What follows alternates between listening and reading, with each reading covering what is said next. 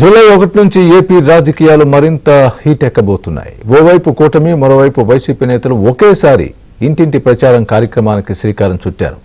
ఏడాది పాలనలో చేసిన అభివృద్ధి గురించి కూటమి ప్రచారం చేయాలనుకుంటే వైసీపీ మాత్రం రీకాలింగ్ మేనిఫెస్టో పేరిట విమర్శలు కురిపించేందుకు సిద్ధమైంది.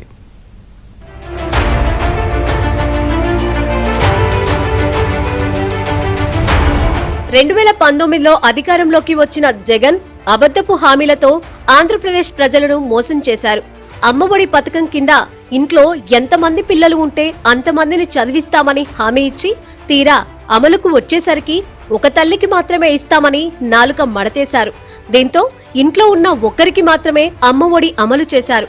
కానీ కూటమి సూపర్ 6 లో భాగంగా రాజమండ్రి మహానాడులో ఇంట్లో ఎంతమంది పిల్లలు చదువుకుంటే అంతమందికి తల్లికి వందనం పేరిట స్కూల్ ఫీజులు చెల్లిస్తామని ప్రకటించారు.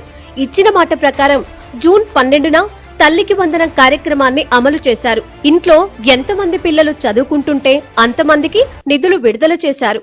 మొత్తం 67 లక్షల మంది విద్యార్థులకు సుమారు 9,600 కోట్ల రూపాయలు వేయాలని నిర్ణయించారు. జూన్ 12న తల్లుల ఖాతాలో ఎంతమంది పిల్లలు చదువుకుంటుంటే అంతమందికి 13,000 రూపాయల చొప్పున వారి ఖాతాల్లో జమ చేశారు.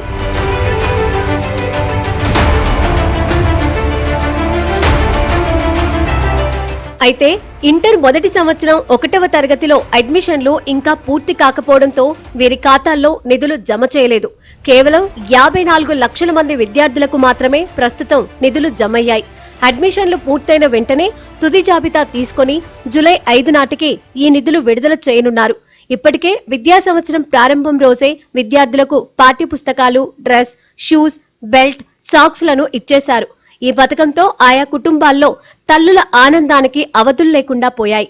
మా ముగ్గురు పాపలకి బర్త్డే, లాస్య, పూజిత, తేజశ్వరి మా ముగ్గురు పిల్లలకి బర్త్డే. పోయిన సంవత్సరం ఒక్క పాపకి బర్త్డే, ఈ సంవత్సరం ముగ్గురు పాపలకి బర్త్డే. ఈ కారణం చేత ఈ సంవత్సరం ముగ్గురు పిల్లలకు బర్త్డే కాబట్టి నారా చంద్రబాబు గారికి నిండు హృదయంతో సహృదయంతో కృతజ్ఞతలు తెలుపుకుంటున్నాం. తల్లికి వందనం పడింది, అప్పుడు డ్రా చేసుకోవడానికి వచ్చాను. చాలా సంతోషంగా ఉంది. చంద్రబాబు నాయుడు గారు అన్న మాట నిలబెట్టుకున్నారు. చాలా సంతోషంగా ఉంది. ఇలాగే ఇంకా చాలా పథకాలు ఉన్నాయి, అవి కూడా నెరవేరుస్తూ ఉంటే మాకు చాలా స్పోర్టబుల్గా ఉంటుంది. Thank you. తాము ఇచ్చిన హామీ ప్రకారం పక్కాగా అమలు చేస్తున్నామని టీడీపీ, కూటమి పక్షాల నేతలు చెబుతున్నారు. అయితే వైసీపీ మాత్రం మేనిఫెస్టో అమలు చేయకుండా రాష్ట్ర ప్రజలను చంద్రబాబు చీటింగ్ చేశారంటూ జూలై 1వ తేదీ నుంచి జనం వద్దకు వెళ్లాలని జగన్ పిలుపునిచ్చారు. దీనిపై టీడీపీ మండిపడింది. ఇప్పటికే ఉచిత గ్యాస్ సిలిండర్లు, తల్లికి వందనం పథకాలను అమలు చేసిన విషయాన్ని గుర్తు చేస్తూ మిగతా పథకాల అమలుకు ఇప్పటికే తేదీలు ప్రకటించిన విషయాన్ని ప్రస్తావిస్తున్నారు. అంతేకాకుండా జూలై 1 నుంచి గడప గడపకు వెళ్లి సంవత్సరంలో చేపట్టిన అభివృద్ధి, సంక్షేమ కార్యక్రమాలను వివరించాలని టీడీపీ నిర్ణయించింది.